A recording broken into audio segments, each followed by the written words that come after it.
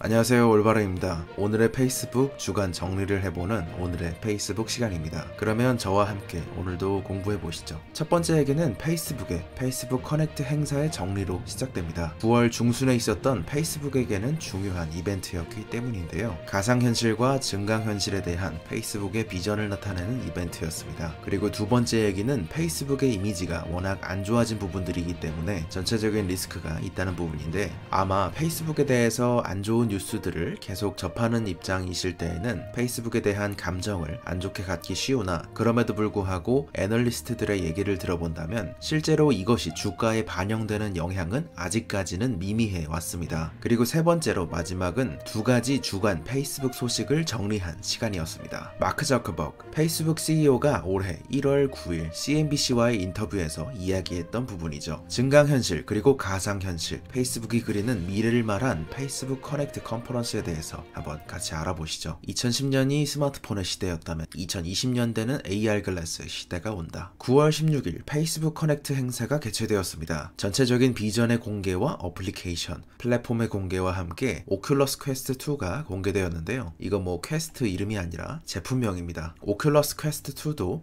VR에 관심 있으셨던 분들 사이에서는 상당한 인기를 끌고 있는 것 같습니다. 10월 13일 정식으로 출시될 예정이며 64기가 모델은 $300로 한국 기준 35만원 정도, 200기가 모델은 $400로 한국 기준 47만원 정도로 책정되어 있는 것이 특징이며, PC를 필요로 하지 않는 독립형 헤드셋이라는 점이 의미 있습니다. 그리고 PC와 연결할 시 게임을 할 수 있는 오큘러스 링크 기능도 있죠. 배터리 수명은 2시간에서 3시간 사이라고 합니다. 그리고 전체적인 컨퍼런스 자체에 이름 변경이 있었습니다. 매년 열리던 오큘러스 커넥트 명칭을 페이스북 커넥트로 바꾼 것이 그것이고, VR 헤드셋 오큘러스를 비롯한 페이스북의 모든 증강현실과 가상현실 프로젝트에 대한 비전을 보다 포괄적으로 공유하기 위한 접근이라고 생각됩니다. 또한 연구소나 연구 유닛명을 변경했습니다. 그룹 내에 많은 증강현실, 가상현실 연구팀들이 존재했는데 이를 페이스북 리얼리티 랩으로 변경했습니다. 물리적인 단순한 통폐합이라기보단 해당 명칭 변경을 통해서 페이스북에 대한 비전의 공유나 문화의 공유를 위한 의미가 더 커 보입니다. 차세대 컴퓨팅 플랫폼 구축과 전체적인 OS 관리, 페이스북의 기술 비전을 공유하기 위한 조치였는데요. 페이스북은 AR과 VR 분야에서의 자체적인 OS를 구축하기 위해서 마이크로소프트의 윈도우 팀에 있었던 분을 모셔와서 자체적인 OS를 구축하고 있는 것으로도 유명하죠.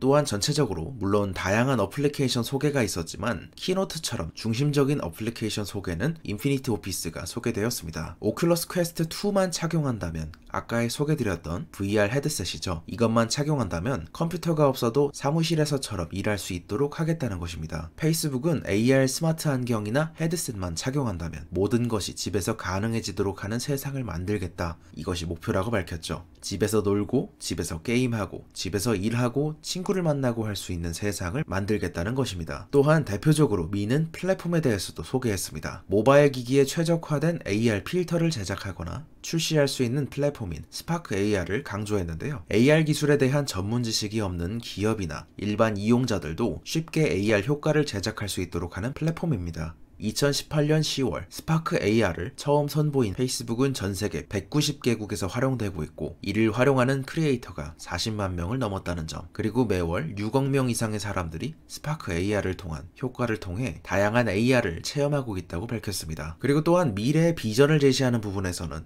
AR 안경에 대한 목표를 제시했습니다. 페이스북은 AR 안경에 대해서 이야기하며 내년에는 레이벤이라는 유명 안경 및 선글라스 브랜드와의 파트너십을 통해 AR 안경을 출시하겠다고 발표한 것이죠. 원래도 프로젝트 아리아라고 해서 레이벤이 속한 안경 제작 그룹과 함께 AR 주도권을 놓지 않으려고 했었으나, 기존에는 연구 중심의 프로젝트 진행이었다면 이제는 상용화 중심의 제품 연구 중심으로 프로젝트를 진행하겠다는 기조로 받아들여졌습니다. 기존에 작년까지만 하더라도 룩소티카 팀과 함께 2025년까지 AR 글래스를 생산하겠다는 발표를 했었지만 2021년까지 생산하겠다는 모습으로 해당 주도권을 놓지 않으려는 경영자의 의지가 더 강하게 반영되지 않았나 싶습니다. 이 부분은 특히 경쟁자로서 AR 분야에서는 글로벌하게 애플의 얘기를 빼놓을 수 없겠죠. 웨어러블 디바이스, 그리고 앱스토어 생태계의 구축 경험과 콘텐츠 관리 능력이 투철하고 예전부터 AR 분야에 대한 투자는 빠지지 않았습니다. 중국이나 대만발 언론에서 협력업체로부터 제보가 나왔던 부분은 이렇습니다. 애플 글래스,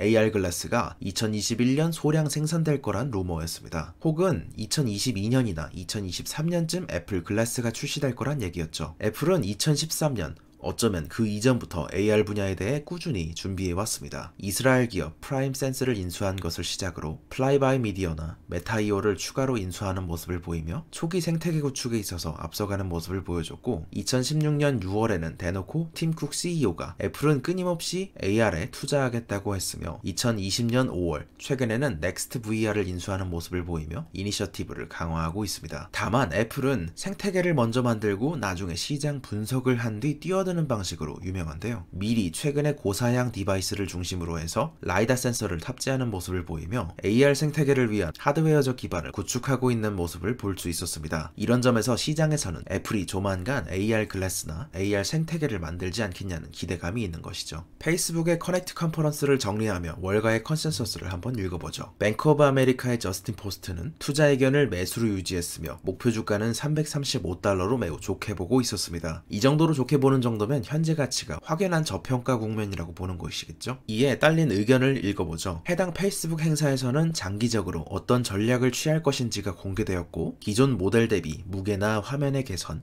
칩의 개선 등이 있었음에도 판매 가격은 $100가 줄은 $299로 매우 합리적이라는 평입니다. 다만 상용화를 위해서는 더 나은 소프트웨어 앱이 전제되어야 하고 하드웨어적으로는 저마진이기 때문에 향후 10년간은 해당 부문에 있어서 매출 창출은 미약할 것이라는 의견을 제시했습니다. 두 번째 애널리스트 오펜하이머의 제이슨 헬프스테인은 아웃퍼폼, 시장의 성적보다 더 좋다는 의견을 유지했으며 목표 주가는 $270에서 $300로 높여 잡았습니다. 그리고 의견은 대체적으로 다 긍정적이었는데요. 특히 인상적이었던 부분은 지금의 팬데믹으로 인해 광고와 이커머스 시장의 수요가 폭증하는 시점이 긍정적일 수 있음을 강조했습니다. 그리고 여기에 더해 굽타 미디어의 자료에 따르면 글로벌 디지털 광고 시장에서 광고 단가 CPM이 팬데믹 이전보다 7% 이상 상회하고 있으며 관계자들은 향후 광고 사업 성장에 대한 긍정적인 의견을 제시하고 있다고 밝혔습니다. 이에 페이스북의 매출은 $250억 에서 $500억 정도 증가시킬 수 있다고 보면서 장기적으로는 왓츠앱이나 메신저 등의 통합 그리고 결제 시스템을 통한 시장 기회가 있을 수도 있다고 강조했습니다. 세 번째, 마지막 애널이죠. 제퍼리스의 브렌트 틸은 매수로 의견을 유지하고 목표 주가는 $310를 유지했습니다. 당시 종가가 $249였으니까 24%의 상승을 당시에 기대한 부분이었습니다. 이 브렌트 틸의 의견 중 인상 깊었던 부분은 해당 내용입니다. 인스타그램의 커머스나 페이스북 샵스, 한마디로 페이스북이 시작한 이커머스 사업부의 수익성이 기존의 매출을 많이 끌어올리던 광고 부문 대비 2배에서 3배 가까이 수익성이 좋다는 것이고 개인정보 보호 강화로 인해서 타격을 입게 되더라도 매출이 3% 감소 수준일 것이며 과거 개인정보 이슈로 인해서 계속 페이스북은 부딪혀왔지만 그 결과 페이스북의 주가는 항상 상승했음을 기억할 필요가 있다는 부분이었습니다. 이 부분에 있어서 이 애널의 뜻을 빌려보자면 지금의 억압된 국면을 대선 이슈로 인한 단기적인 압력이라고 보시는 것 같습니다. 그리고 페이스북 커넥트 챕터를 정리하며 최근에 클로즈 베타 소식을 다시 한번 알려온 페이스북 호라이즌 소식입니다. 가상의 세계에서 사람들과 소통하고 게임이면서 많은 것을 이 안에서 만나고 많은 것을 할 수 있는 페이스북 호라이즌. 해당 기능이 페이스북 안에 어떻게 녹아들 수 있을지 아직은 개발 중이지만 조금의 기대를 갖게 되는 부분이었습니다. 두 번째 챕터이죠. 페이스북의 이미지 괜찮을까? 이것에 대한 소식입니다. 최근에 페이스북이 미국에서 가장 신뢰받지 못한 SNS로 선정되었기 때문입니다. 2020년 5월 28일에서 6월 3일 사이 18세에서 74세 미국 응답자 1865명을 대상으로 온라인 설문조사를 거쳤는데요. 해당 플랫폼 신뢰도 조사에서는 핵심은 이 SNS 플랫폼의 프라이버시나 개인정보 보호를 얼마나 믿을 수 있는가 입니다. 9개의 소셜미디어 플랫폼에 대한 순위가 매겨졌고 소셜미디어 플랫폼 리스트는 왼쪽에 보이듯이 9가지입니다. 가장 긍정적인 순으로 정렬해보자면 이렇습니다. 링크드인이 긍정 73%로 압도적인 1위를 기록했고 링크드인은 예를 들어서 페이스북처럼 사용자 간의 인맥을 기반으로 기업의 인사 담당자가 원하는 인재와 일자리를 매칭시켜주는 한마디로 구인자와 구직자를 매칭시켜주는 플랫폼입니다. 우리나라에서는 리멤버 커리어나 원티드 등이 비슷한 플랫폼인데 저도 리멤버를 사용하는데 현직자들끼리의 고민이나 질문이 생겼을 있었을 때 서로 배우거나 알려주기도 하고 고충을 토로할 수 있어서 좋습니다. 그리고 가장 신뢰받지 못한 플랫폼은 오늘의 주인공은 페이스북이었습니다. 근데 이 부정 수치가 꽤 압도적입니다. 표에서도 보이시지만 다른 플랫폼보다 좀 더 강한 부정이 보인다는 점이 인상적입니다. 실제로 미국 내 뉴스들을 다뤄보니까 페이스북에 대한 평이 무미건조하거나 싫어하는 방향으로 나뉘는 것 같습니다. 얼마 전에 CNBC 인터뷰에서도 가디언즈 관련자분이 나오셔서 인터뷰를 했는데 페이스북이 국가라면 북한과 같은 나라라고 대놓고 탄압적이다 이런 내용들이 나오더라고요. 그래서 이 반응이 굉장히 갈린다는 부분을 다시 한번 확인할 수 있었습니다. 세 번째 챕터, 주간의 페이스북 소식들 중 중요한 소식들만 모아서 정리해본 시간입니다. iOS 업데이트를 통해 메일 앱과 브라우저 앱의 기본값을 바꿀 수 있게 되었다는 점 아시고 계시나요? 예를 들어서 브라우저 앱을 구글 크롬으로 기본값을 바꿀 수 있게 된 부분입니다. 이에 페이스북도 예전부터 바래왔던 본심을 슬쩍 던져봤습니다. 이제 메시징 앱에서도 아이메시지만 고정하지 말고 선택권을 주라는 부분이죠. 지금 워낙에 페이스북 쪽에서는 페이스북 메신저와 인스타그램의 소통 부분, 왓츠앱을 합쳐서 세계 최대의 메시징 앱을 만들려고 작업 중이란 얘기가 많다 보니까 애플의 메시징 앱 선택지에 들어갈 수 있다면 메시징 앱으로서는 정말 압도적인 수요를 보일 수 있을 것 같습니다. 하지만 대부분의 iOS 사용자가 아이메시지에 만족하고 있다는 평가가 있고 굳이 메일이나 브라우저 앱과는 달리 애플 입장에서도 정책을 변경해야 할 필요가 많이 없다 생각되기도 하고 만약 페이스북이 메시징 앱을 통일한다면 견제를 위해서라도 그럴 가능성은 떨어질 것 같습니다. 인스타그램 릴스에 대한 업데이트입니다. 틱톡을 수술시키고 릴스를 도입하기까지 마크 저커버그의 이야기에 대해서는 이전에 한번 올려드린 바 있었죠. 오른쪽에 제가 띄워드릴게요. 처음 릴스를 도입했을 당시 최대 15초 길이의 짧은 동영상을 올리도록 허용했었습니다. 하지만 초기 리뷰와 피드백을 통해서 인스타그램은 비디오 길이에 대해서 너무 엄격합니다. 편집이 직관적이지 못하거나 부족하고 섬세하지 못합니다. 이런 평들이 줄을 이뤘습니다. 이에 인스타그램은 비디오 길이를 늘려줬습니다. 최대 30초까지 동영상 길이를 늘린 것이죠. 하지만 틱톡은 최대 60초이기 때문에 그것에 비하자면 여전히 2분의 1 수준입니다. 이에 더해 커뮤니티의 글 중 논리적으로 쓰여진 50개 정도의 글을 읽어본 결과 아직까지 비디오 공유나 디자인적으로 확실히 틱톡에 비해서는 밀린다는 평이고 정치적인 이유로 페이스북을 싫어하는 경우가 많아 오히려 틱톡을 아직까지 선호하는 층들도 꽤 보였습니다. 그리고 아까의 프라이버시에 대한 신뢰에서 틱톡이 페이스북보다 앞서 있다는 점에서도 느낄 수 있었죠. 하지만 물론 해당 조사는 6월 자료이기 때문에 지금의 조사해 본다면 어떨지는 또 봐야 할 겁니다. 그리고 불만을 가지시는 분들 사이에서는 전체적으로 화면이나 앱을 활용하는 경험 그 자체가 인스타그램의 하나의 기능처럼 느껴질 뿐 틱톡의 축소판 같다는 느낌이 미완성의 느낌이 강하다는 평들이 있었습니다. 마지막으로 첨부자료로서 모건 스탠리 애널리스트가 자료조사 업체를 통해 조사했던 내용들을 함께 보시죠. 우연한 경로로 접하게 된 시장 분석이었는데 꽤나 흥미로웠습니다. 릴스,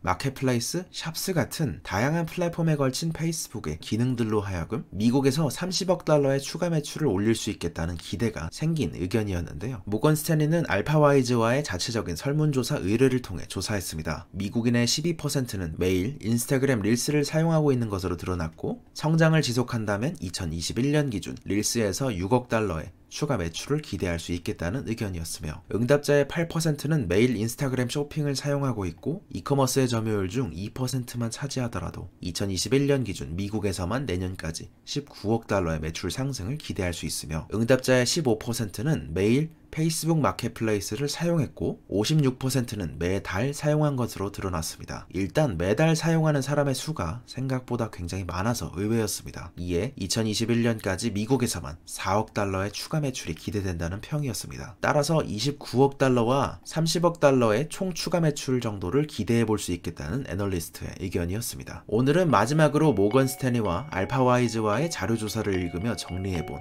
오늘의 주간 페이스북 소식이었습니다. 그러면 오늘도 좋은 하루 되시기 바랍니다. 어제 구독자님들이 올려주신 좋은 말씀들 모두 감사합니다. 올바른이었습니다.